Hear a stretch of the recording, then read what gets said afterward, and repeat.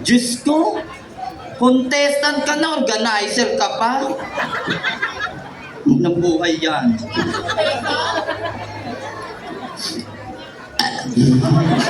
Excuse me.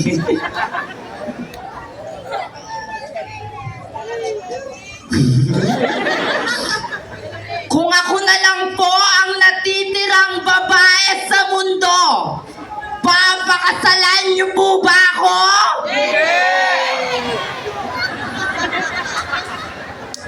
Inuulit ko, kung ako na lang ang natitirang babae sa mundo, wala ba?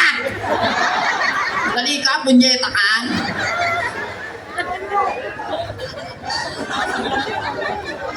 Pwede na wala ako.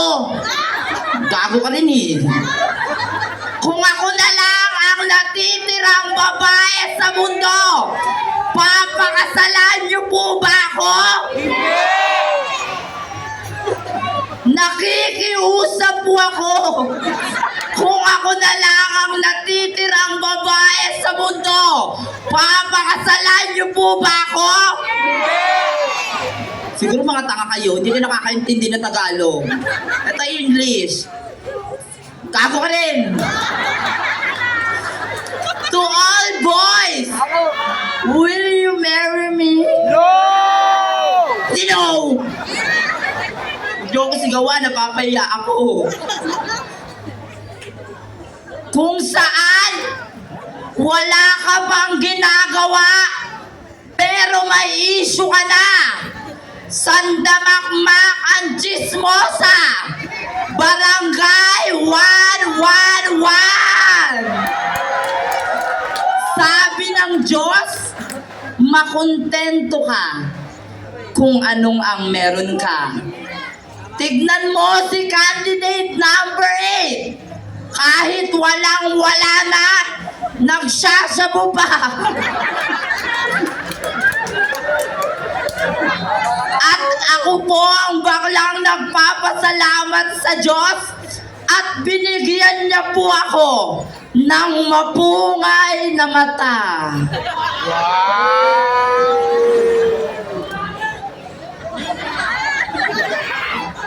Matangos na ilong.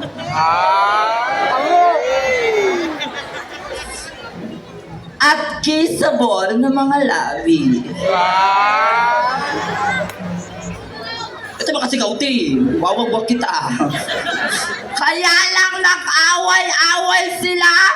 Kaya ganito ang naging resulta.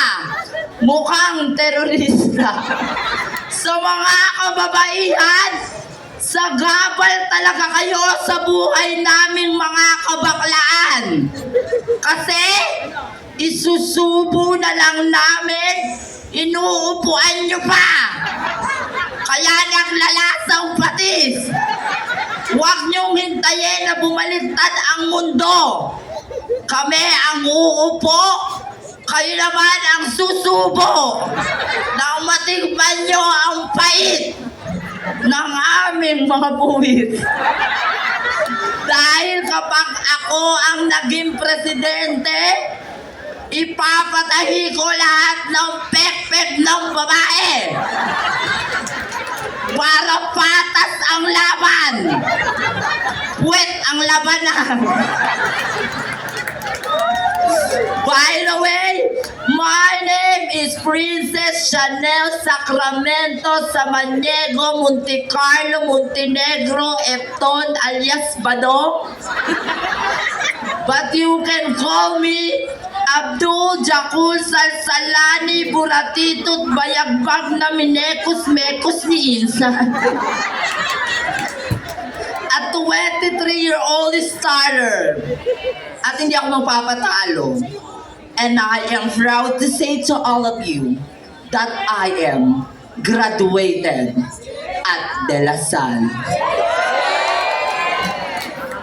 Dede lama sabay salita. Pero ngayong gabi, hayaan niyo pong hiramin ko ang nagpakababae. Ang babaeng nagpatibok sa pihikang puso ng kumpare niyong si Mr. Boy Pickup. Ang nag-iisang neneng B ng buhay niyo. Sabay-sabay po natin palakpakan at hiyawan si Binibining Sam. Goku. Hindi bayawa. Tangin mo. Binibining Sam Goku na nagsasabi kung ang mga kalalakihan ay tinaguriang hotdog. Kaming mga kabaklaan ay tinaguriang lugaw. Kayo namang mga tomboy, mami. Mami Minggir. Sa mga tomboy, mga piling pakboy kayo, nire-regla naman kayo.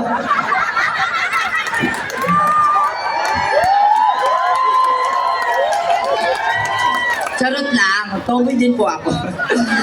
Ang mga salitang namutawi po sa aking bibig ay hindi po nangangahulugan ng pangbabastos sa inyong barangayan. Pagkus 2 taon po tayong kinain ng pandemya.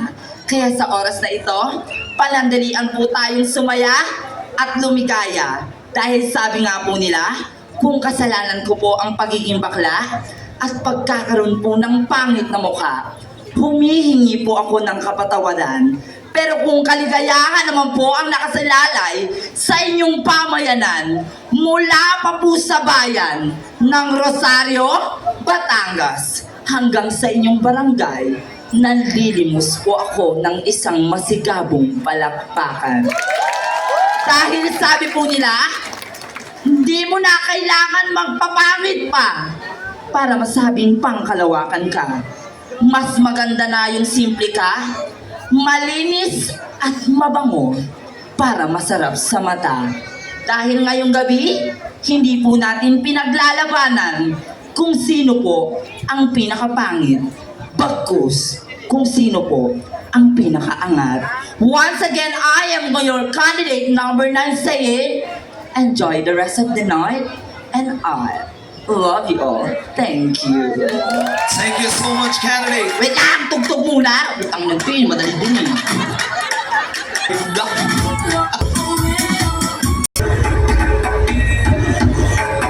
O ano? Nagulat kayo, no? Akala nyo tawa ko? Demonyo kaya ako! Ito po ang tunay na ganda mula ulo, mukhang paa. Hindi po ako isang diwata, ako isang manikang nagsasalita. Oh yes, I'm a dahil member ako ng Budol Gang. Ako po si Ariel Balida Bashera, aka Bea Bunda, ang mananahing kontesera ng Dayjong Apparel Corporation, sa Rosario, Cavite. At ako po ang bakalang, minsan na tumutong sa entablado ng Miss Q&A August 18, 2017, Season 1, at December 30, 2018, Season 2. And I believe that being here on the stage is not just the battle to get the crown, to win the title or to have the prize.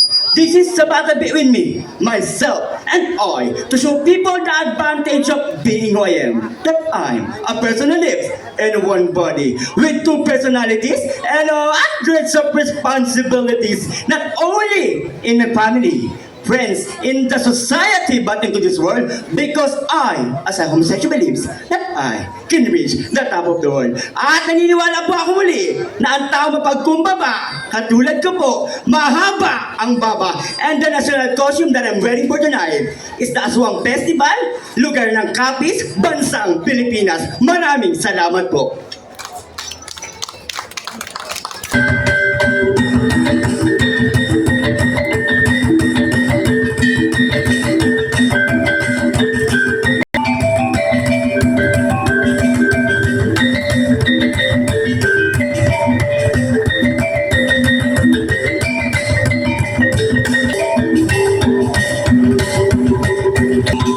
Wait lang naman. May tubig nga ate. Hiningal ako eh. May tubig kayo. Damot nyo naman dito. Hindi kayo friendly. Pahingin ng tubig. Yeah, okay na yan kahit ala. Ganon din naman eh. May chaser yan. Good.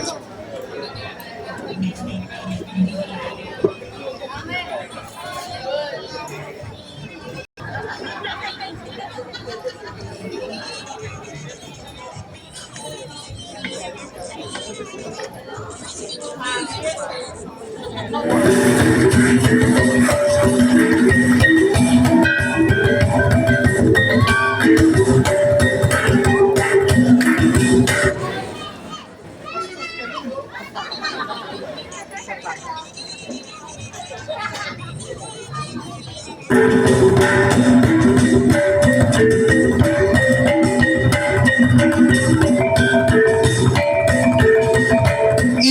mo o ihinto ko buhay mo. Mayaman ako! Hindi ko kailangan ng ganito. Ang nanay ko isang asyendera. Ang tatay ko isang businessman. Sino pinagmamalaki nyo? Kapitan nyo! Ilabas nyo! Sasampalin ko! Ay, ayun ka pala.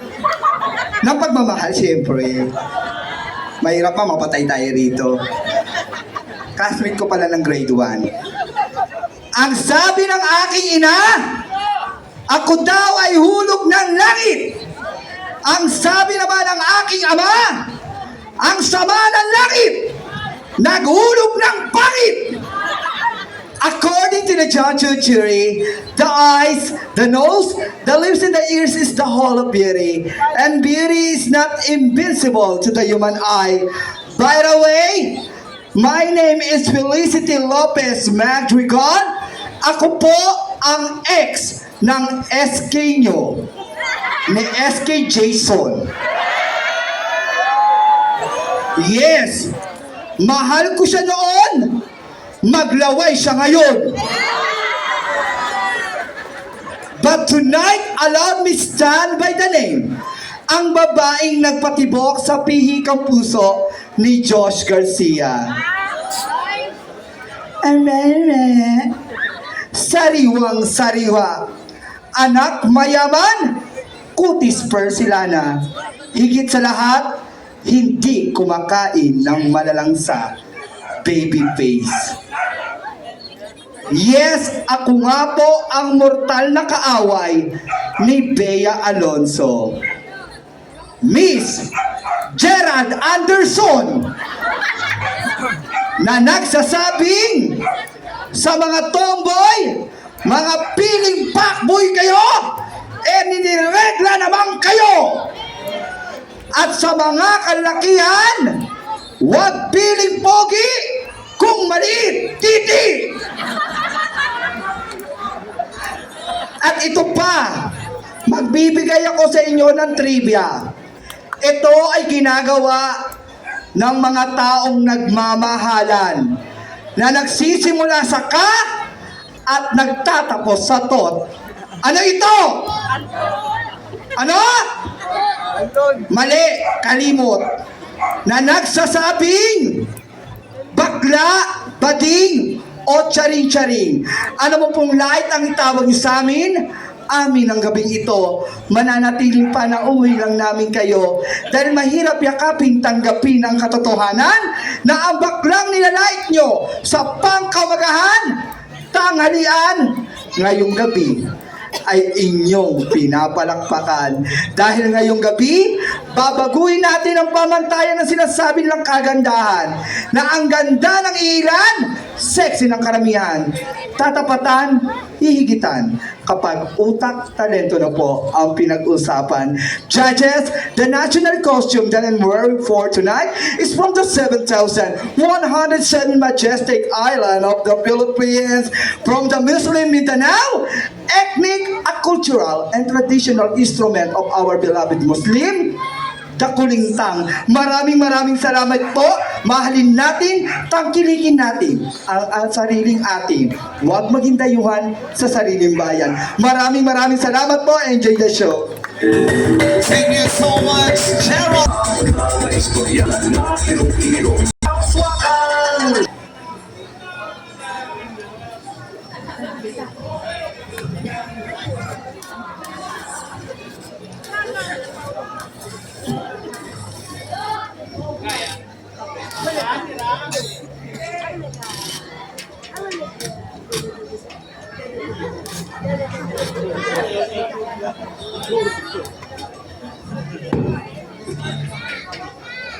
Tanga meron.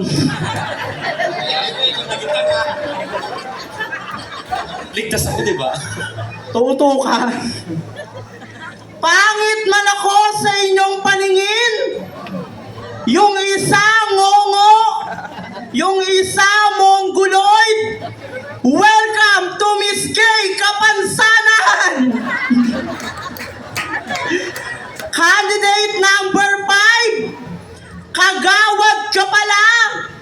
bakit dito ka nagronda?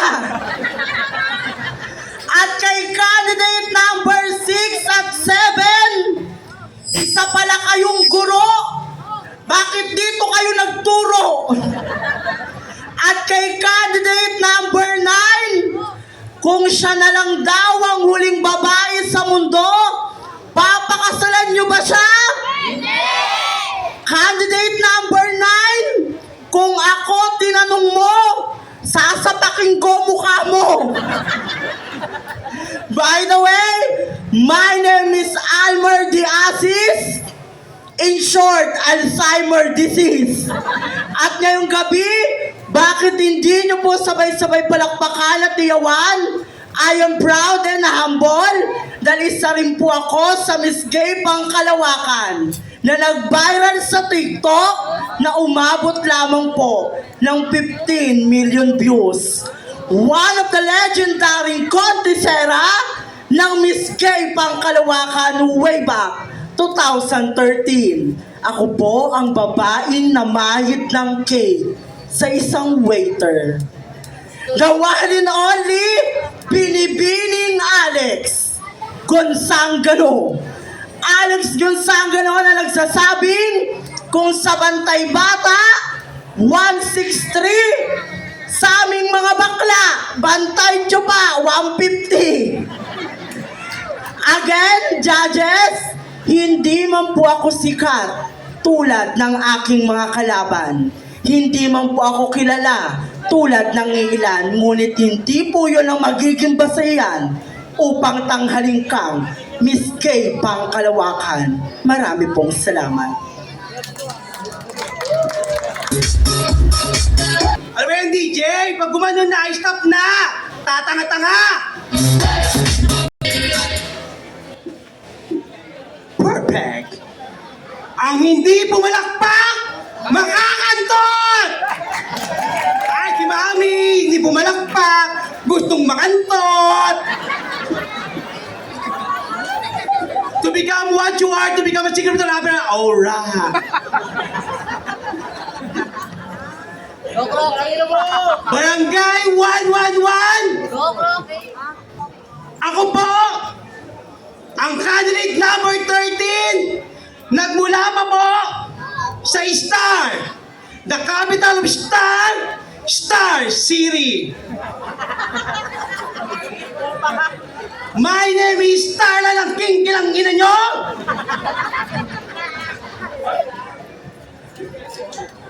Well, judges, my national costume is Eme Festival.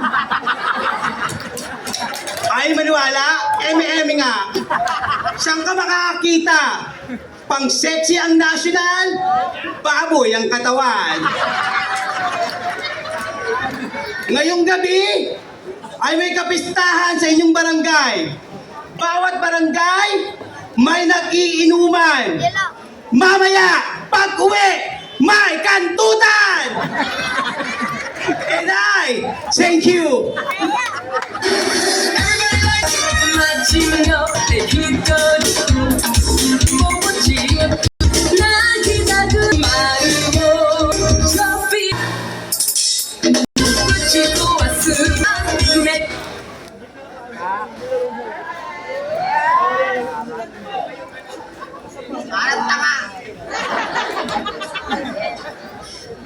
Magsisimula na po ang laban mula sa Naguro Team at ng Ongka Team! Simulan na!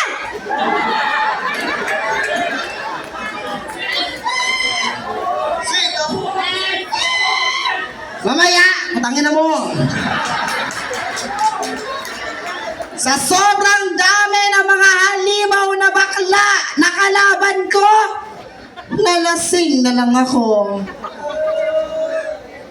Ngayon lang ba kayo nakakita ng asong nakasyabu? Tara, syabuhay ko. By the way, my name is Sir Siwari.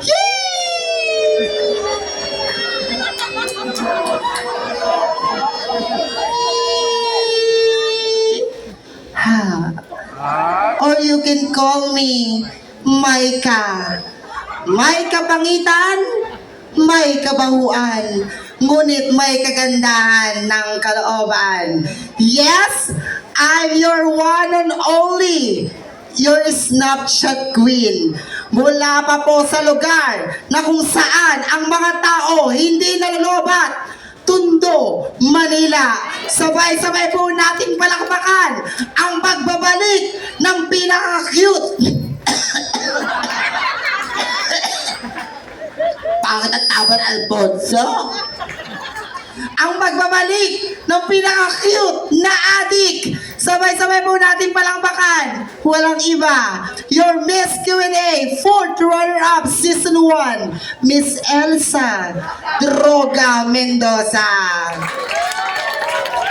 Miss Elsa Droga Mendoza na nag-iiwan lamang po ng isang kataga.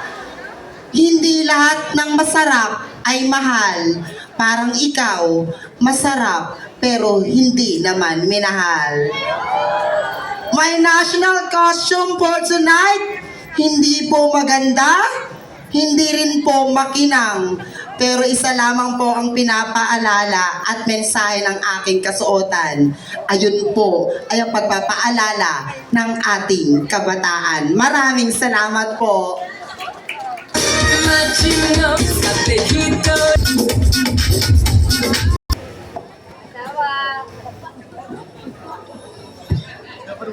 Ilang libong taon nang nakakaraan, isang layunin ang pinagmulan, ang pagkakabuklod-buklod ng sangkabaklaan patungo sa isang mahusay na pagpapakilanlan. Batid kong pawang matatalino, edukado at intelihente at profesional ang mga hurado natin ngayong gabi. Kaya sa ilang kandidata, ibigay po natin ang 100% ng respeto sa ating pagpapakilala. Sapagkat 50% hong manonood natin ngayong gabi ay mga pawang kabataan. Dahil anumang mali, bastos na pananalita ang ating manamatawi sa ating mga bibig, sa ating mga matatanda, mananatiling tama sa puso't murang kaisipan ng mga kabataan.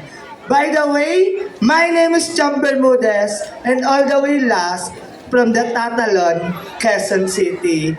Tonight, hayaan niyo pong hiramin ko ang pagkababae, ang babaeng nagpatibok sa puso ng kumparin niyong si Ding Dong Dantes. Make way and make me some noise, Miss Marian River Maya. Marian River Maya na nagsasabi ng isang katotohanan na tayong mga bakla, ngawa tayo ng ngawa, daing tayo ng daing, na hindi tayo nirerespeto ng ating kapwa, ngunit ikaw ba bakla? May tanong mo na ba sa iyong sarili kung may nagawa ka na bang tama para respetuhin ka ng tinatawag mong kapwa? Judges, my national costume that I'm wearing for tonight is not how big, how elegant and extravagant to the other costume it is. Bagkus, ating mahalin ang sariling atin. Maraming salamat po.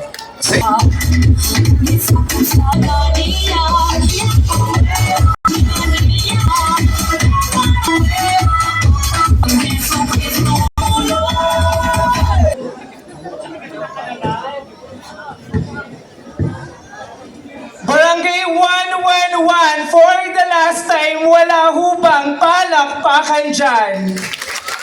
Marami pong salamat. They say that Miss Gay Pangkalawakan is a competition that degrades the humanity and individuality of a person who was blessed with the so-called beauty. But tonight, I will make a difference sapagkat ang Miss Gay Pangkalawakan ay hindi lamang nilikha para sa katatawanan. Bagkus ito'y nilikha para sa aming mga baklang hindi biniyayaan ng physical na kagandahan. Amin pong patutunayan na ang ganda at kinis ng iyong pangangatawan ay matatakpan. Kapag utak, talino at kumpiyansa na sa sarili ang pag-uusapan. Dahil ang baklang nasa inyong harapan ay hindi isang bakla lang. Bagkus ang baklang nasa inyong harapan ay isang lingkod bayan. Opo, I am proudly and humble to say that I am your newly elected SK Chairman of Barangay Baysa. This is JD de la Cruz in real life and I am 20. Currently taking Bachelor of Secondary Education, major in Filipino at Polytechnic University of the Philippines. But tonight, since this is a pageant, love me or hate me, I will be your Miss Rian Wamos. Binibining Rian Wamos na nag-iwan ng isang kasabihang, sa bawat hibla ng iyong kapintasan, ay iduduyan ka ng iyong kabutihan. Huwag kang mabahala aking kaibigan kung patuloy ka nilang inusgahan, dahil silang mahilig manakit. At kayo pong mga nanlalait, ay tiyak na di pupunta sa langit. Lagi nating tatandaan na ang tunay na pagsuot ng pambansang kasuotan ay wala sa laki, wala sa kinang o wala sa ganda. Pagkus ito po'y nasa iyong pagdadala. Proudly wearing this modern Filipiniana Ballet Festival costume mula sa lungsod ng Palayan, lalawigan ng Nueva Ecija. Once again, this is our candidate number 17. Panel board of judges, mark my number because I will give you the best show and a night. So remember, ang baklang nakatayo sa inyong harapan ay SK Sherman sa umaga, ngunit kontesera sa gabi once again. And from the emergence of bisexual community of the Philippines saying, I love you all. Thank you.